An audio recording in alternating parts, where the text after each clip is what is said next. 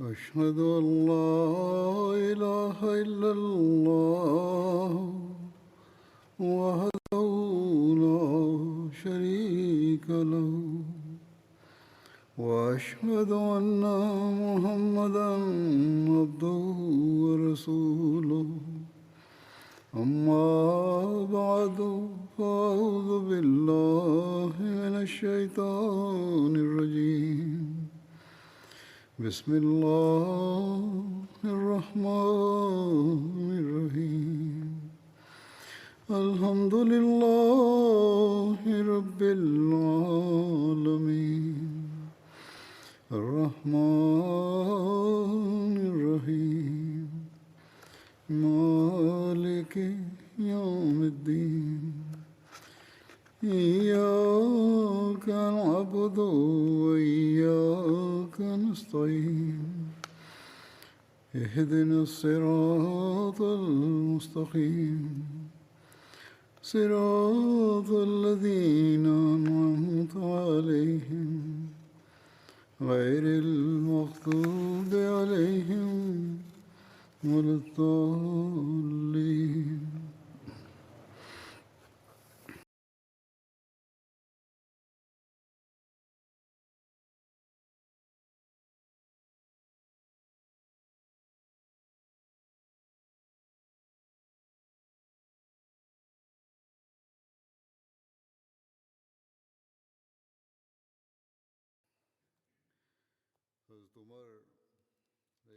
كنت تحدثت عن الفتوح في عهد عمر رضي الله عنه. كتب أحد كتاب السيرة لسيدنا عمر رضي الله عنه العلامة شبلي النعماني، وهو يذكر أسباب فتوح عمر رضي الله عنه.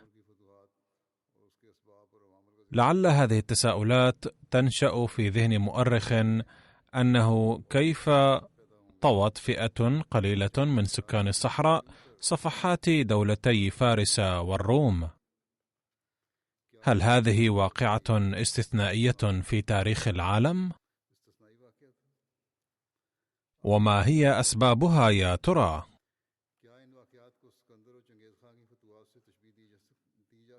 ألا يمكن تشبيه هذه الأحداث بفتوح الإسكندر وجنكيز خان؟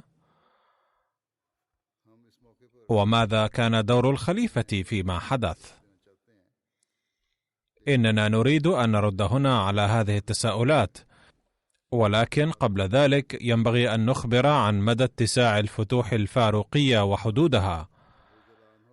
كانت المساحة الكلية للبلاد المفتوحة في عهد عمر رضي الله عنه 2,251,030 ميلا مربعا، أي 1036 ميلا من الناحية الشمالية لمكة المكرمة، و1087 ميلا من ناحية الشرق، و483 ميلا من ناحية الجنوب. لقد كانت كل هذه الفتوح تخص عمر رضي الله عنه، وتمت في أكثر من 10 سنوات بقليل. هذه هي الخلفية التاريخية التي لا بد من معرفتها لفهم هذه الفتوح. والآن أبين ما هو رأي المؤرخين الأوروبيين عن هذه الفتوح. لقد أجاب المؤرخون الأوروبيون على السؤال الأول وقالوا إن مملكتي فارس والروم كانتا قد فقدتا مجدهما، أي كانتا قد بلغتا كمالهما، ومن قانون الطبيعة أن لكل كمال زوالا.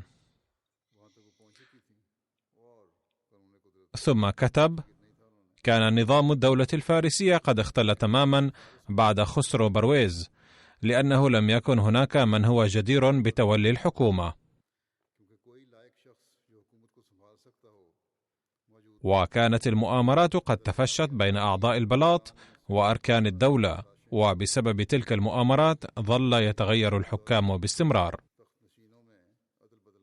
فإنه في غضون 3 أو 4 سنوات صار الحكم في أيدي 6 أو 7 ملوك، ثم خرج من أيديهم. وقال المؤرخون الأوروبيون: والسبب الثاني لذلك هو أن طائفة المزوكية كان قد اشتد أمرها قبل نوشروان بقليل، وهي كانت تميل إلى الإلحاد والزندقة، أي كانت هذه الطائفة تؤمن بأنه يجب تنزيه قلوب الناس من الطمع ورفع جميع الخلافات وجعل جميع الممتلكات بما فيها النساء ملكا مشتركا للجميع لكي يتنزه الدين، أي لم يكن لديهم أي احترام للمرأة أيضا. هذه كانت معتقداتهم، وعند البعض كانت هذه حركة اجتماعية تهدف إلى تطهير الديانة الزردشتية. ومع أن نوشروان كان شدد عليهم بالسيف، ولكنه لم يستطع استئصالهم تماما. وعندما وطئت أقدام الإسلام أرض فارس، اعتبروا المسلمين أنصارا لهم لعدم تعرضهم لأي ديانة وعقيدة. هذه وجهة نظر المؤرخين الأوروبيين. ثم كتب العلامة: إن طائفة النصاطرة المسيحية الذين لم يجدوا مأوى لهم في أي حكومة حموا أنفسهم من ظلم المعارضين بمجيئهم تحت ظل الإسلام، وهكذا نال المسلمون التأييد والعون من هاتين الفرقتين الكبيرتين بالمجان. أما دولة الروم فقد تسرب إليها الضعف، وإضافة إلى ذلك كانت نزاعات المسيحية فيما بينهم على أشدها في تلك الأيام، ولأن للدين كان دخل في نظام الحكم حينها، لذا لم يكن تأثير هذا النزاع مقتصرا على الأفكار الدينية فقط، بل كانت الدولة ذاتها تضعف بسببه باستمرار. يقول العلامة ردا على هذا الموقف أو رأي المؤرخين الأوروبيين المذكورة: هذه الإجابة لا تخلو من الحقيقة كلية، إلا أن الزيف في الاستدلال يفوق الحقيقة، وهذا هو الأسلوب الخاص بالأوروبيين. فلا شك أن دولتي الفرس والروم لم تكونا في أوج قوتهما آنذاك، ويمكن أن يستنتج من ذلك أنهما أصبحتا غير قادرتين على مواجهة دولة قوية، ولكن لا يمكن أن يستنتج أن تمزقا على يد قوم بلا عدة وعتاد كالعرب، لأن الفرس والروم كانوا بارعين في فنون الحرب، بدليل أن الكتب التي كتبت عن قواعد الحرب الخاصة بها والتي لا تزال موجودة ظلت رائجة عمليا لمدة عند الروم.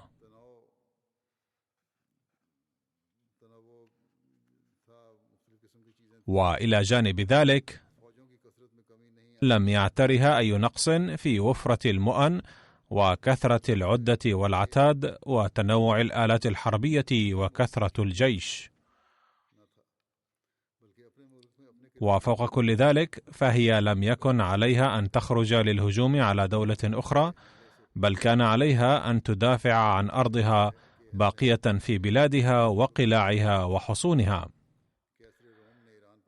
وقبل هجوم المسلمين بقليل في عهد خسرو برويز الذي كانت إيران في أوج شوكتها وقوتها، حمل عليها قيصر الروم ووصل أصفهان فاتحا في كل خطوة، واستعاد بعض الأقاليم التي كان الفرس قد انتزعوها منهم، وأعاد تنظيم الإدارة من جديد. ومن المسلم به عموما أن الحكومة الفارسية كانت في غاية القوة والعظمة حتى عهد خسرو برويز، وكانت الفترة ما بين وفاة خسرو والحملة الإسلامية 4 سنوات فقط، فكيف يمكن أن تضعف مثل هذه الدولة القوية والعتيدة في هذه الفترة القصيرة؟ لا شك أن التغيير الذي حدث بسبب الذين اعتلوا العرش من بعده قد أخل بالنظام، إلا أن مؤسسات الدولة مثل الخزينة والجيش ومصادر الدخل لم يعترها أي خلل. ولما تولى يزدجر الحكم اتجه أهل البلاد ناحية الإصلاح، واستردوا نفس الجاه والعظمة مرة أخرى. أما الطائفة المزدكية فقد كانت موجودة في إيران، ولكن لم نعلم من كتب التاريخ بأن المسلمين تلقوا أي نوع من العون منها، كما لم نعلم شيئا عن تلقي المساعدة من النصاطرة، ولم يذكر أحد من المؤرخين الأوروبيين أي حدث أثر فيه اختلاف الطوائف المسيحية. ولننظر الآن إلى حالة العرب، فإن جميع الجيوش التي كانت منشغلة في حروب الروم وفارس ومصر لم يصل مجموعها قط إلى 100,000. ومن ناحية خبرتهم بفنون الحرب فقد كانت اليرموك أول معركة استخدم العرب فيها نظام التعبئة في تنظيم الصفوف. التعبئة هي ترتيب الجيوش عند الحرب، بحيث يكون قائد الجيش أو الملك الذي يقود الجيش يقوم في وسط الجيش، في حين أن الخوذات والدروع والسترة هي لباس حديدي، والجواشن نوع من الذرع، والمدرعة وتشار آينة هي ألواح حديدية 4 تربط على الصدر والظهر وعلى كلتا الفخذين، والقفافيز الحديدية، وجهلم هي الحلقات الحديدية على الخوذ أو النقاب، والأخفاف التي كانت من مستلزمات ملابس الحرب لكل جندي إيراني لم يكن العرب يعرفون منها سوى الدروع، وكثيرا ما كانت تصنع من الجلد، أي كانت أدوات الحفاظ عند الفرس متطورة ومصنوعة من الحديد، وعند العرب بسيطة ومصنوعة من الجلد، وكان الركاب من الخشب بدلا من الحديد. ولم يكن العرب يعرفون من آلات الحرب سوى الصولجان والوهق. الصولجان نوع من السلاح يكون سميكا ومدورا من أعلاه، ويكون تحته عصا، ويستخدم لضرب رأس العدو. وأما الوهق فهو حبل أو شبكة أو فخ. أما سهامهم فقد كانت صغيرة وضعيفة، حتى إن الفرس عندما رأوها لأول مرة في معركة القادسية ظنوها مغازل. كتب المؤلف العلامة وهو يبين الأسباب الحقيقية لفتوح المسلمين: إن الجواب الحقيقي لهذا السؤال في رأيي هو أن الشجاعة والهمة العالية والقوة والصبر والعزيمة والحماس قد دب في المسلمين في ذلك الوقت بسبب بعثة النبي صلى الله عليه وسلم فيهم. وقد ضاعف عمر رضي الله عنه من هذه الصفات وشحذها، فلم تستطع مملكتا فارس والروم في عصرهما الذهبي أن تتصديا لهم. وإلى جانب هذا توجد أسباب أخرى لم تساعد في الفتوح، بل في تأسيس الحكومة، وأولها صدق المسلمين وأمانتهم.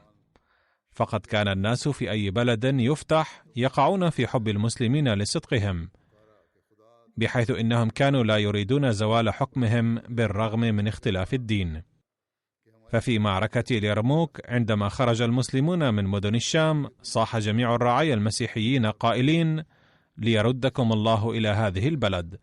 بل إن اليهود خرجوا حاملين التوراة قائلين: لا يمكن أن يأتي قيصر إلى هنا ما دمنا أحياء.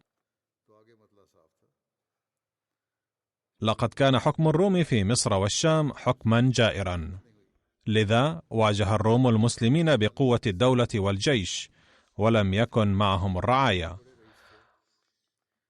وعندما قضى المسلمون على قوة الدولة كان الجو مهيئا أمامهم، لأنهم لم يجدوا أي نوع من أنواع المقاومة من جانب الرعايا. إلا أن حالة فارس كانت مختلفة عنها، فقد كان هناك كثير من الحكام والأمراء تحت لواء المملكة، وكانوا يملكون الأقاليم والمحافظات، فكانوا يحاربون للحفاظ على حكوماتهم الخاصة لا من أجل الدولة. ومن أجل ذلك واجه المسلمون العراقيل عند كل خطوة في فارس حتى بعد فتحهم عاصمتها. إلا أن عامة الرعايا كانت معجبة بالمسلمين، وصارت عونا كبيرا على استتباب حكم المسلمين بعد الفتح.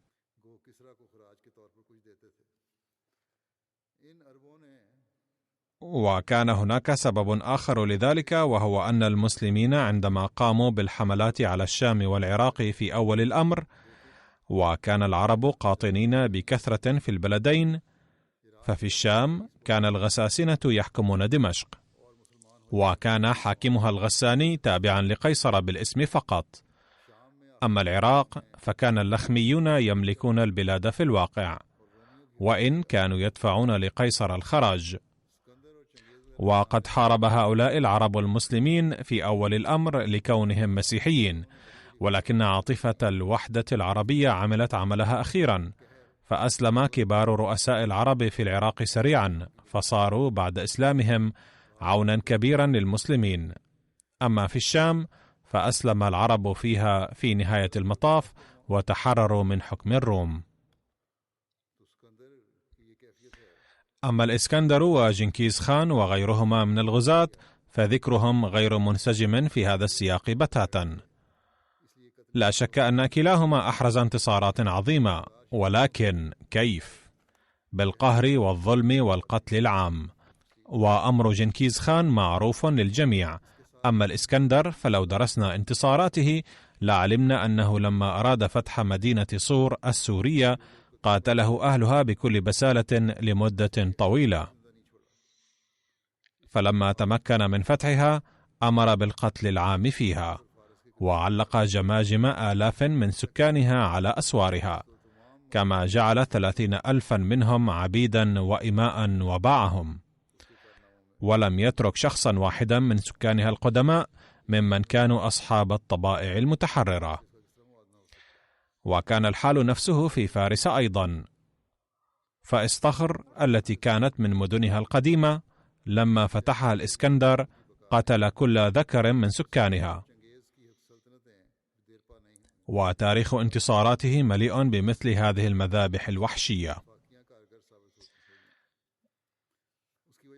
فكيف يمكن مقارنة انتصاراته بالفتوحات الإسلامية؟ والمعروف أن الظلم يدمر الدول ويقضي عليها، وهذا صحيح تماما، إذ لا يبقى الظلم طويلا.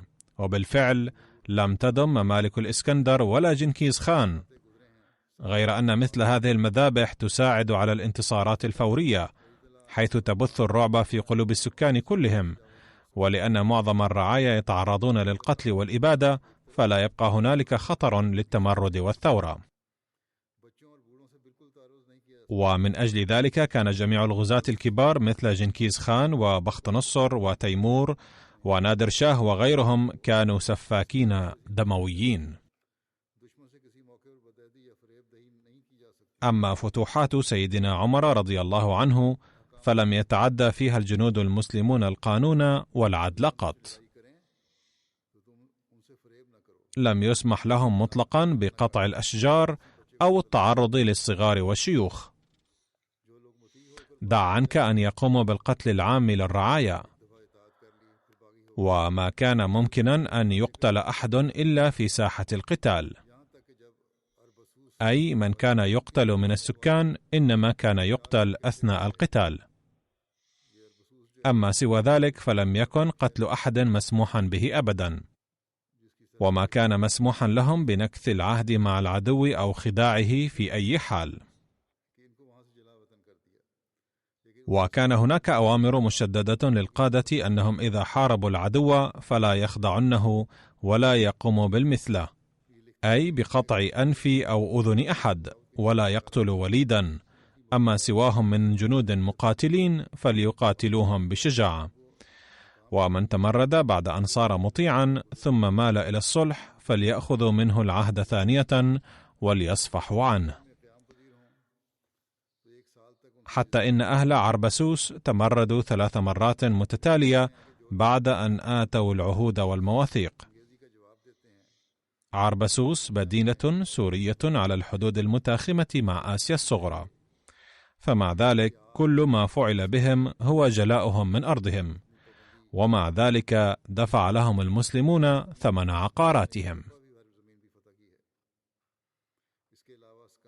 ثم قال صاحب هذا الكتاب: لقد أجلي يهود خيبر بجريمة المؤامرة والتمرد، ولكن دفع لهم أجور أراضيهم، وأرسلت الرسائل إلى ولاة مختلف المناطق بأن يقدموا لهؤلاء كل نوع من المساعدة حيثما يمرون، وإذا أقاموا في بلدة فلا يأخذ منهم الخراج لمدة سنة.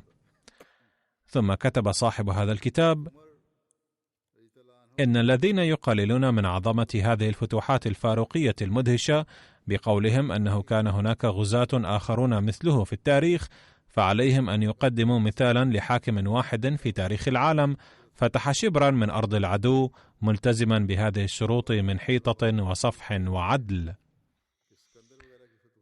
ثم إن الإسكندر وجنكيز خان وغيرهما من الغزاة كانوا يحضرون القتال بأنفسهم في كل وقعة، وكانوا يقودون بأنفسهم جنودهم في ساحة القتال، فكان الجنود يجدون بذلك قائدا محنكا يشرف على القتال، كما كان هذا دافعا طبيعيا كبيرا لرفع معنوياتهم ولخلق الحماس لفداء سيدهم.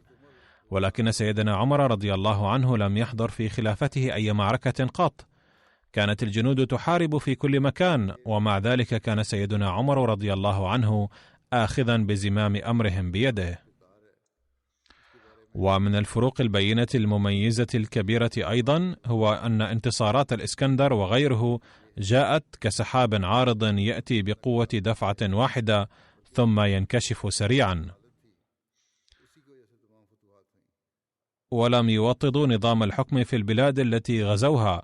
وعلى النقيض، فمن ميزة الفتوحات الفاروقية أن البلاد التي فتحها في ذلك الوقت لا تزال حتى اليوم في قبضة الإسلام رغم مرور 13 قرنا على فتحها، كما أن سيدنا عمر في عهد خلافته فعل بنفسه كل ما كان لزاما لتوطيد النظام في تلك البلاد.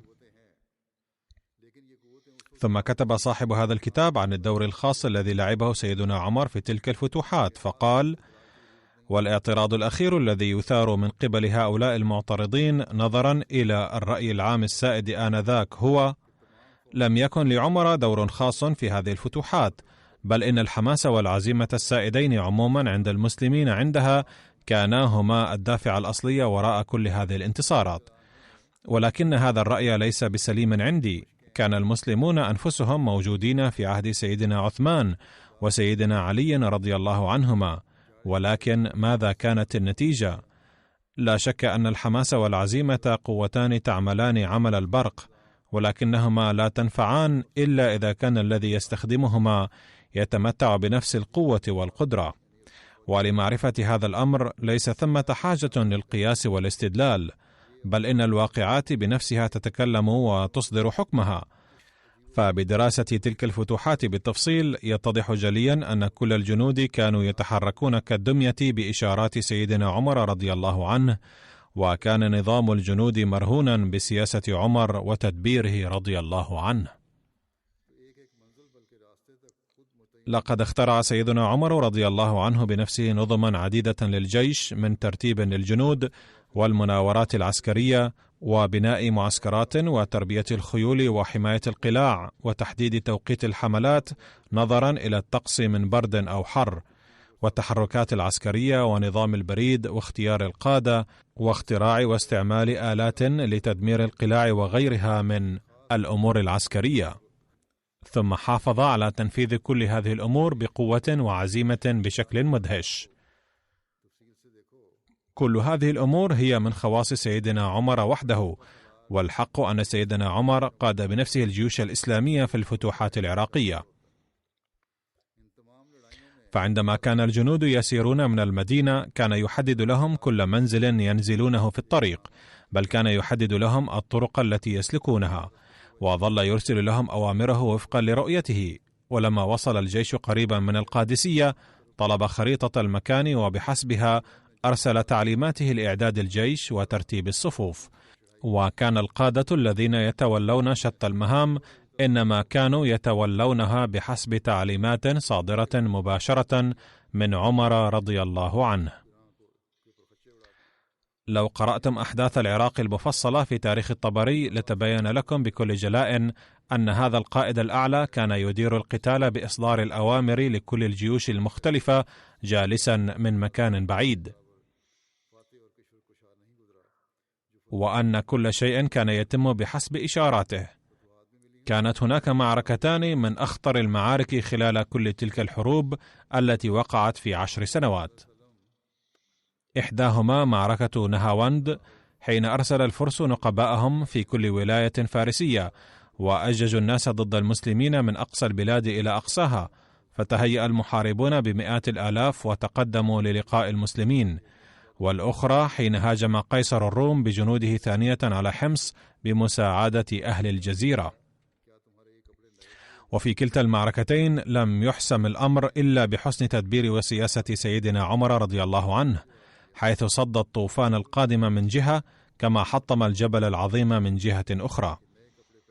بعد قراءة تفصيل هذه الواقعات لا تثبت إلا حقيقة واحدة، وهي أنه لم يرى تاريخ العالم المعروف حتى اليوم فاتحا وملكا جمع الفتوحات والعدل معا مثل الفاروق الأعظم رضي الله عنه، حيث نال الفتوحات كما أقام العدل أيضا. وقد ورد أن النبي صلى الله عليه وسلم دعا لسيدنا عمر بالشهادة أو سماه شهيدا. فعن ابن عمر أن النبي صلى الله عليه وسلم رأى على عمر ثوبا أبيض فقال: أجديد ثوبك هذا أم غسيل؟ قال ابن عمر: لا أتذكر بماذا أجاب عمر رسول الله صلى الله عليه وسلم، إلا أن رسول الله صلى الله عليه وسلم قال له: البس جديدا وعش حميدا ومت شهيدا. وقال ابن عمر: أظن أنه صلى الله عليه وسلم قال أيضا: ويرزقك الله قرة عين في الدنيا والآخرة. عن قتادة أن أنس بن مالك رضي الله عنه حدثهم أن النبي صلى الله عليه وسلم صعد أحدا، وأبو بكر وعمر وعثمان فرجف بهم، فقال: أثبت أحد، فإنما عليك نبي وصديق وشهيدان. عن أبي بن كعب رضي الله عنه قال: قال رسول الله صلى الله عليه وسلم: قال لي جبريل عليه السلام: ليبكي الإسلام على موت عمر رضي الله عنه. ولقد ورد عن أمنية عمر رضي الله عنه حول الشهادة، وهناك رواية عن حفصة زوج النبي صلى الله عليه وسلم أنها سمعت أباها يقول: اللهم ارزقني قتلا في سبيلك ووفاة في بلد نبيك. قالت: قلت وأنى ذلك؟ قال: إن الله يأتي بأمره أن شاء. لقد ذكر المصلح الموعود رضي الله عنه دعاء سيدنا عمر رضي الله عنه عن تلقي الشهادة، وقال: ما مدى قرب عمر من الله تعالى. يقول الرسول الكريم صلى الله عليه وسلم: لو كان بعدي نبي لكان عمر، ويعني بعدي هنا بعده مباشرة، فإن الذي يعتبره الرسول الكريم صلى الله عليه وسلم جديرا بأنه إذا أراد الله تعالى أن يرفع أحدا من مرتبة الاستشهاد إلى مرتبة النبوة على حسب حاجة الزمان لاستحق ذلك عمر رضي الله عنه، الذي يعترف حتى أعنف الخصوم الأوروبيين عندما يرون تضحياته بأنه لا يكاد يوجد رجل يقدم مثل هذا النوع من التضحيات بحيث يتفانى في هذا السبيل، بل ويغالون بخصوص تضحياته لدرجة يربطون به رقي الإسلام كله. هذا هو سيدنا عمر الذي كان يدعو: اللهم ارزقني قتلا في سبيلك ووفاة في بلد نبيك. لقد دعا عمر هذا الدعاء بدافع المحبة، وإلا فإن هذا الدعاء كان خطيرا جدا، وكان يعني أن يكون المهاجم قويا لدرجة يفتح البلاد الإسلامية كلها حتى يصل إلى المدينة المنورة ويقتل عمر هناك. ولكن الله تعالى العارف بحال القلوب قد حقق رغبة عمر رضي الله عنه، وحمى المدينة أيضا من الآفات المخفية وراء تحقق هذا الدعاء، وذلك أنه تعالى جعله يتلقى الشهادة على يد كافر بالمدينة المنورة. على أي حال، يظهر من دعاء عمر رضي الله عنه أنه كان يرى علامة القرب من الله تعالى أن يجد فرصة للتضحية بحياته في سبيل الله. لكن اليوم كان المصلح الموعود يوصي الأحمديين في إحدى خطبه: يعد إنقاذ الله تعالى الإنسان من الموت علامة على قرب الله تعالى. لقد ذكر المصلح الموعود رضي الله عنه واقعة استشهاد عمر رضي الله عنه في مكان آخر، وقال: لقد ورد عن سيدنا عمر رضي الله عنه أنه كان يدعو باستمرار: اللهم إني أسألك الشهادة في سبيلك وموتا في بلد رسولك. لاحظوا أن الموت شيء مفزع بحيث يفارق الإنسان أعز أعزائه عند حلول الموت. يروى أن ابنة إحدى العجائز مرضت مرضا شديدا. يذكر حضرة المصلح الموعود واقعة لإظهار كيفية خوف الناس من الموت، وهي قصة عجوز مرضت ابنتها، فأخذت تدعو يوميا أن تنجو ابنتها من الموت وتموت هي مكانها، حيث كانت تبدي حبا لابنتها. وفي إحدى الليالي انحل رسن البقرة، فمضت وأدخلت رأسها في جرة ضيقة فعلق فيه، فأخذتها برأسها وجفلت، وأخذت تجري هنا وهناك. فلما رأتها العجوز أمامها ورأت مكان رأسها شيئا ضخما عجيبا ذعرت، أي رأت أنها جسم البقرة ومكان رأسها شيء آخر، وهي تجري هنا وهناك، فخافت جدا، فظنت أن دعاءها استجيب، وجاء عزرائيل لقبض روحها، فأخذت تصرخ بشكل عفوي قائلة: يا عزرائيل، لست أنا المريضة، إنما هي التي مضطجعة هناك، فاقبض روحها، وأشارت بذلك إلى ابنتها. يقول المصلح الموعود رضي الله عنه: لاحظوا كم يحب المرء إنقاذ نفسه من الموت ويسعى له سعيه. فكانت العجوز تدعو لتموت مكان ابنتها، ولكنها لما لاحظت أن خطر الموت محدق بها أشارت إلى ابنتها لتقبض روحها. يقول حضرته: يقوم الإنسان بكل ما في وسعه من أجل إنقاذ نفسه، وبعضهم يظلون ينفقون على تلقي العلاج حتى الإفلاس، أما الصحابة فكانوا يتمنون باندفاع شديد للتضحية بنفوسهم في سبيل الله تعالى، لدرجة أن عمر رضي الله عنه كان يدعو أن ينال الشهادة في المدينة المنورة. يقول المصلح الموعود: خطر ببالي ما أخطر هذا الدعاء، إذ كان يعني أن يشن العدو على المدينة هجوما شديدا ويقتل عمر في أزقة المدينة، ولكن الله تعالى قد استجاب دعاءه بطريقة أخرى، بحيث استشهد في المدينة بيد شخص كان يدعي الإسلام. قيل عن القاتل أنه كان كافرا، ولكن ورد في بعض الروايات أنه ربما كان مسلما. على أي حال، بشكل عام يعرف عنه أنه كان كافرا. أما المصلح الموعود فقد ذكره مرة أنه كان كافرا، وذكر أيضا أنه كان مسلما، أي أنه لم يكن متأكدا أكان القاتل مسلما أم كافرا، فقد ذكر بنفسه هنا أيضا. ويرى البعض أنه لم يكن مسلما. على أي حال، كان عبدا مملوكا تم استشهاد عمر بيده، فما يرغب فيه الإنسان ويتمناه لا يعده مصيبة له. هذا كان بيان المصلح الموعود رضي الله عنه من إحدى خطبه. وهناك رؤى بعض الصحابة عن استشهاد ووفاة عمر رضي الله عنه. عن أبي بردة عن أبيه قال: رأى عوف بن مالك أن الناس جمعوا في صعيد واحد، فإذا رجل قد علا الناس ب3 أذرع. قلت: من هذا؟ قال: عمر بن الخطاب. قلت: بما يعلوهم؟ قال: إن فيه 3 خصال: لا يخاف في الله لومة لائم، وإنه شهيد مستشهد وخليفة مستخلف. فأتى عوف أبا بكر الذي كان خليفة آنذاك فحدثه، فبعث أبو بكر إلى عمر فبشره، فقال أبو بكر لعوف: قص رؤياك. فلما قال خليفة مستخلف انتهره عمر فأسكته، لأنه كان يذكر ذلك في حياة أبي بكر، فلما ولي عمر انطلق إلى الشام، فبينما هو يخطب إذ رأى عوف بن مالك فدعاه، فصعد معه المنبر فقال: اقصص رؤياك.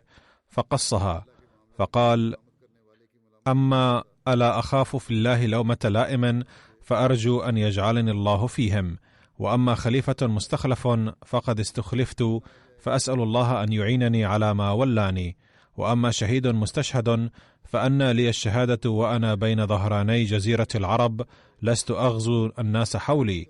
ثم قال: يأتي بها الله إن شاء الله، أي أن الظروف الحالية لا تشير إلى ذلك، ولكن الله تعالى يمكن أن يأتي بها إن شاء.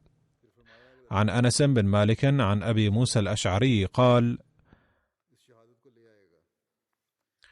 رأيت كأني أخذت جوادا كثيرة فاضمحلت حتى بقيت جادة واحدة، فسلكتها حتى انتهيت إلى جبل، فإذا رسول الله صلى الله عليه وسلم فوقه وإلى جنبه أبو بكر، وإذا هو يومئ إلى عمر أن تعال، فقلت: إنا لله وإنا إليه راجعون، مات والله أمير المؤمنين.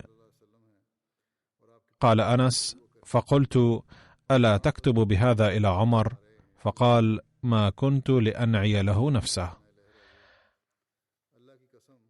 عن سعيد بن أبي هلال أن سيدنا عمر بن الخطاب خاطب الناس يوم الجمعة فحمد الله وأثنى عليه بما هو أهله،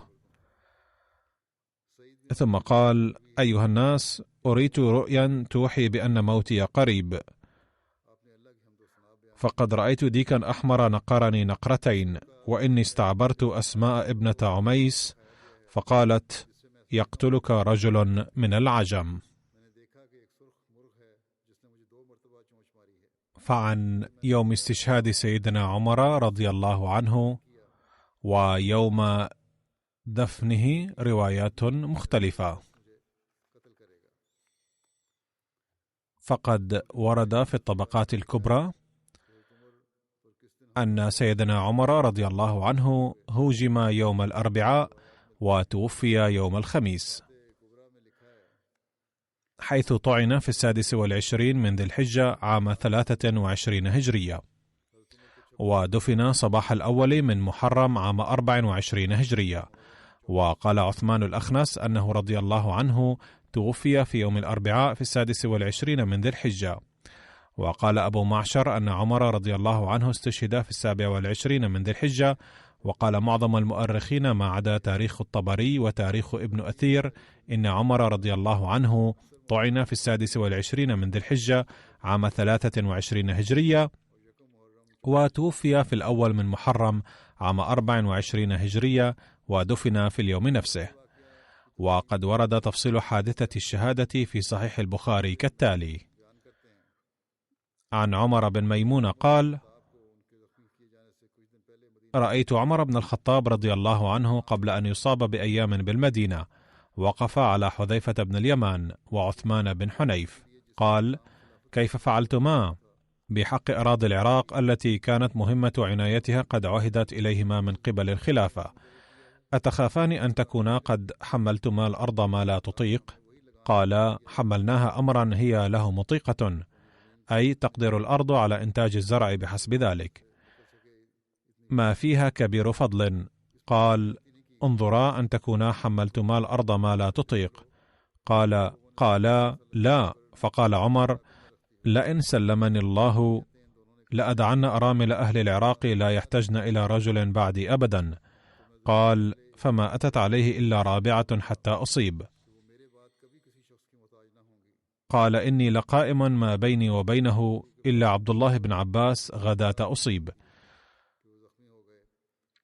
وكان إذا مر بين الصفين قال: استووا، حتى إذا لم يرى فيهن خللا تقدم فكبر، وربما قرأ سورة يوسف أو النحل أو نحو ذلك في الركعة الأولى حتى يجتمع الناس، فما هو إلا أن كبر فسمعته يقول: قتلني أو أكلني الكلب، حين طعنه، فطار العلج بسكين ذات طرفين لا يمر على أحد يمينا ولا شمالا إلا طعنه. خشية أن يمسك به أحدهم، حتى طعن 13 رجلا مات منهم 7.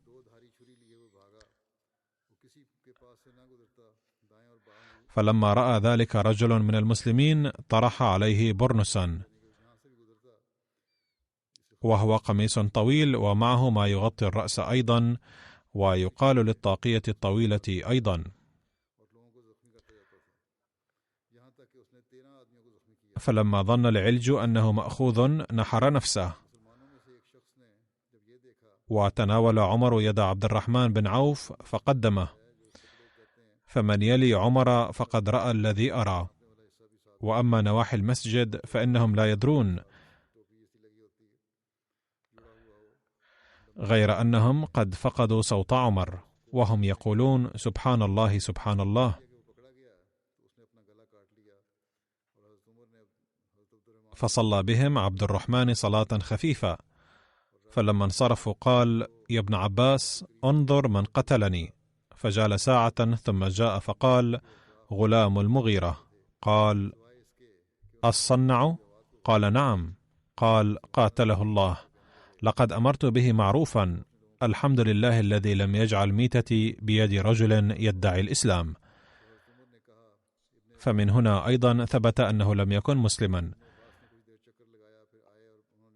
قد كنت أنت وأبوك تحبان أن تكثر العلوج بالمدينة، وكان العباس أكثرهم رقيقا. فقال: إن شئت فعلت، أي إن شئت قتلنا، أي هؤلاء الرقيق العجم في المدينة. قال: كذبت بعدما تكلموا بلسانكم وصلوا قبلتكم وحجوا حجكم، فكان كثير من الرقيق قد أسلموا، فاحتمل إلى بيته فانطلقنا معه، وكأن الناس لم تصبهم مصيبة قبل يومئذ. فقائل يقول: لا بأس، وقائل يقول: أخاف عليه. فأتي بنبيذ فشربه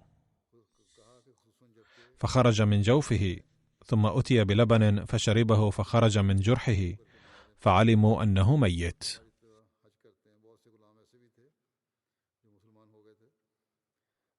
فدخلنا عليه وجاء الناس فجعلوا يثنون عليه، وجاء رجل شاب فقال: أبشر يا أمير المؤمنين ببشرى الله لك من صحبة رسول الله صلى الله عليه وسلم، وقدما في الإسلام ما قد علمت، ثم وليت فعدلت، ثم شهادة.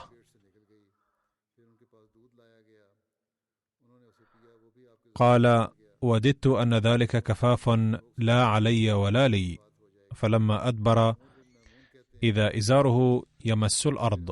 قال: ردوا علي الغلام. قال: يا ابن أخي، ارفع ثوبك، فإنه أبقى لثوبك، أي لن يبلى عاجلا لاحتكاكه بالأرض، وأتقى لربك. في ذلك الزمن كان الناس يرتدون ثيابا طويلة للدلالة على الغنى والثراء، فحذره من التكبر، فهو أقرب للتقوى.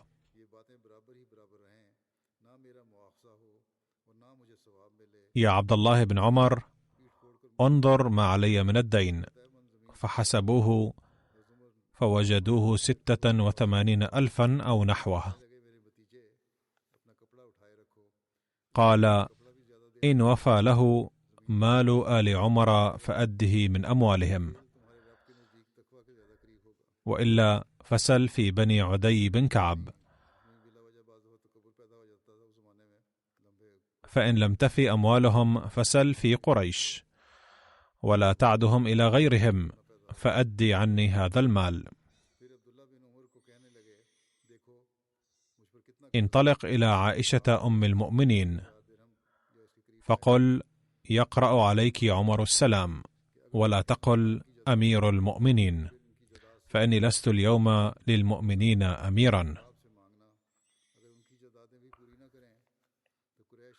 وقل: يستأذن عمر بن الخطاب أن يدفن مع صاحبيه، وقد ورد في عمدة القارئ شرح البخاري أنه رضي الله عنه قال حين أيقن بموته، وكان في ذلك إشارة لحضرة عائشة ألا تخاف من أمير المؤمنين، فسلم واستأذن ثم دخل عليها فوجدها قاعدة تبكي، فقال: يقرأ عليك عمر بن الخطاب السلام ويستأذن أن يدفن مع صاحبيه. فقالت: كنت أريده لنفسي ولأوثرن به اليوم على نفسي.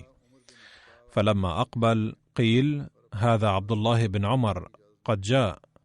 قال: ارفعوني. فأسنده رجل إليه فقال: ما لديك؟ قال: الذي تحب يا أمير المؤمنين. أذنت.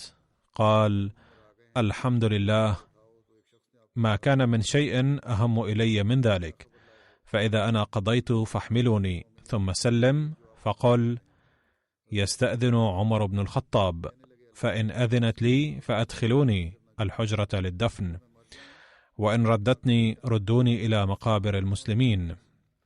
وجاءت أم المؤمنين حفصة والنساء تسير معها، فلما رأيناها قمنا فولجت عليه فبكت عنده ساعة، واستأذن الرجال فولجت داخلا لهم، فسمعنا بكاءها من الداخل، فقالوا: أوصي يا أمير المؤمنين استخلف. قال: ما أجد أحدا أحق بهذا الأمر من هؤلاء النفر أو الرهط الذين توفي رسول الله صلى الله عليه وسلم وهو عنهم راض. فسمى عليا وعثمان والزبير وطلحة وسعدا وعبد الرحمن، وقال: يشهدكم عبد الله بن عمر، وليس له من الأمر شيء كهيئة التعزية له، فإن أصابت الإمرة سعدا فهو ذاك، وإلا فليستعن به أيكم ما أمر، فإني لم أعزله عن عجز ولا خيانة. وقال: أوصي الخليفة من بعدي بالمهاجرين الأولين أن يعرف لهم حقهم ويحفظ لهم حرمتهم، وأوصيه بالأنصار خيرا الذين تبوأوا الدار والإيمان من قبلهم أن يقبل من محسنهم وأن يعفى عن مسيئهم، وأوصيه بأهل الأمصار خيرا فإنهم ردء الإسلام وجبات المال وغيظ العدو، ولا يؤخذ منهم إلا فضلهم عن رضاهم. وأوصيه بالأعراب خيرا فإنهم أصل العرب ومادة الإسلام، أن يؤخذ من حواشي أموالهم ويرد على فقرائهم. وأوصيه بذمة الله وذمة رسوله صلى الله عليه وسلم أن يوفى لهم بعهدهم، وأن يقاتل من ورائهم ولا يكلف إلا طاقتهم. فلما قبض خرجنا به فانطلقنا نمشي، فسلم عبد الله بن عمر قال: يستأذن عمر بن الخطاب. قالت: أدخلوه. فأدخل فوضع هنالك مع صاحبيه. فلما فرغ من دفنه اجتمع هؤلاء الرهط الذين سماهم عمر رضي الله عنه ليتم انتخاب الخليفة. سأستأنف الحديث في هذا الموضوع في الخطبة القادمة بإذن الله، لأن للحديث بقية. واليوم ستبدأ الجلسة السنوية للجماعة في ألمانيا. ندعو الله تعالى أن يبارك فيها بركات كثيرة، ويوفق الأحمديين الألمان للاستفادة منها أكثر فأكثر. ستكون الجلسة ليومين، وسأخطب في جلستهم الأخيرة مساء غدا بإذن الله تعالى، وسيبث خطابي عبر MTA في 1:30 تقريبا بحسب توقيتنا هنا. أما بقية برامج الجلسة فتبث من اليوم للإخوة الألمان مباشرة. فيمكن للإخوة الألمان مشاهدتها والاستفادة منها أكثر ما يمكن.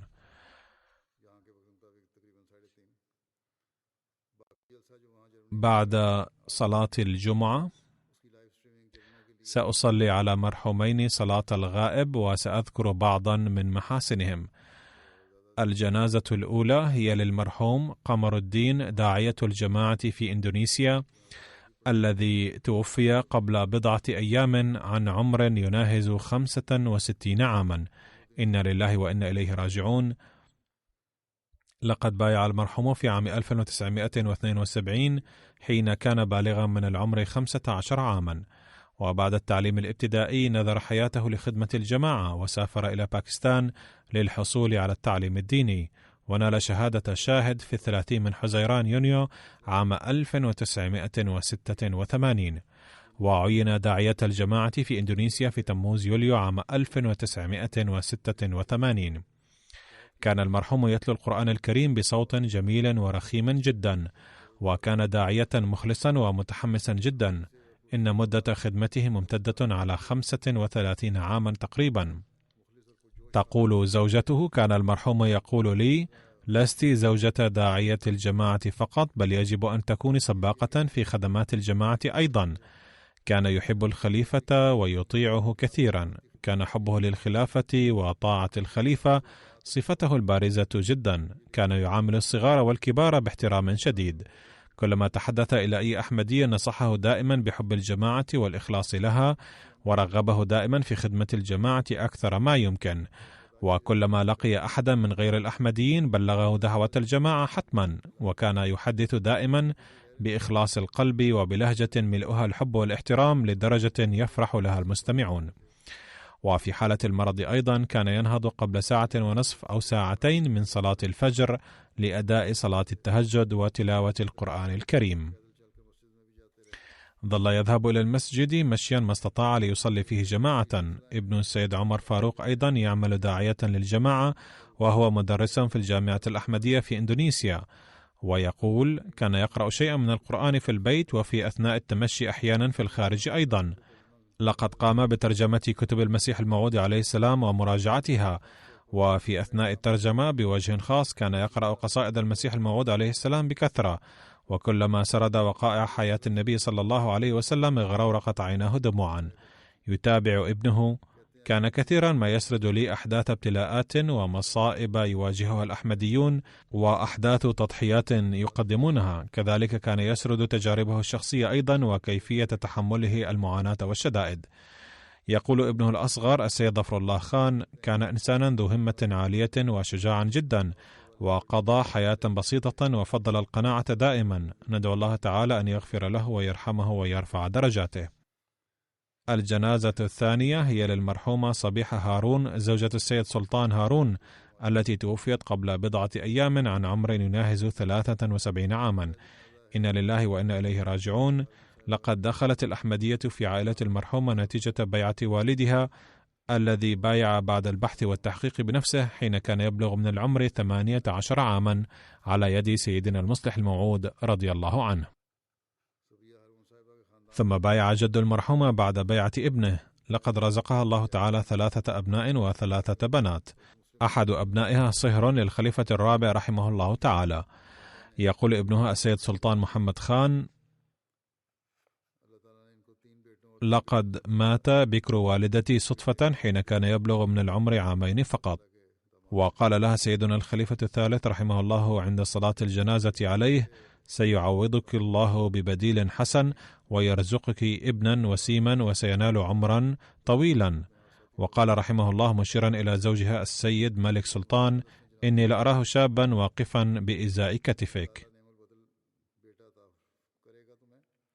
يتابع ابنها السيد سلطان أحمد خان: من حسن حظي أنني قضيت وقتا طويلا من الطفولة إلى الآن مع أمي، فكانت أما رؤوما وتعفو عن الأخطاء ولم تغتب أحدا قط. تقول ابنتها السيدة محمودة سلطانة: كانت والدتي طيبة الفطرة وقليلة الكلام، وتتحلى بأوصاف حميدة جدا. كانت تحب الجماعة حبا بإخلاص شديد، وكانت حبها للخلافة بالغا ذروتها، وهذا ما كانت تنصحنا به دائما. كانت تتحلى بأخلاق فاضلة وتعين الأقارب. كانت صفتها لإكرام الضيوف معروفة في العائلة كلها، لم تجرح عواطف أحد قط. كانت تبغض الغيبة كثيرا، وكانت تنصح باجتنابها دائما، وكانت تخرج من مجلس يغتاب فيه مع آثار الاستياء واضحة على وجهها. كانت تعفو وتصفح دائما. تقول ابنتها: لم تدع والدتي حتى على عدو هاجم والدي لاغتياله، وكانت تقول: أنا أدعو لهؤلاء الناس أن يهديهم الله تعالى. كانت تكن عواطف الحب واللطف للمرضى الفقراء بوجه خاص، وكانت تساعدهم ماليا سرا بحيث لا يعرف ذلك أحد. تقول الابنة الأخرى للمرحومة اسمها السيدة وجيهة: كانت والدتي قليلة الكلام جدا، وكانت تتصدق كثيرا وتنفق وتتصدق سرا وبالكتمان، وما كانت تحب ذكر صدقاتها وإنفاقها. ندعو الله تعالى أن يغفر للمرحومة ويرحمها ويوفق أولادها للاستمرار في حسناتها.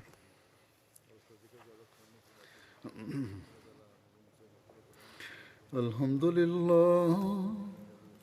لله نحمده ونستعينه ونستغفره ونؤمن به ونتوكل عليه ونعوذ بالله من شرور أنفسنا ومن سيئات أعمالنا. من يهده الله فلا مضل له ومن يضلل فلا هادي له. ونشهد أن لا إله إلا الله ونشهد أن محمدا عبده ورسوله. عباد الله رحمكم الله، إن الله يأمر بالعدل والإحسان وإيتاء ذي القربى وينهى عن الفحشاء والمنكر والبغي يعظكم لعلكم تذكرون. اذكروا الله يذكركم وادعوه يستجب لكم ولذكر الله أكبر.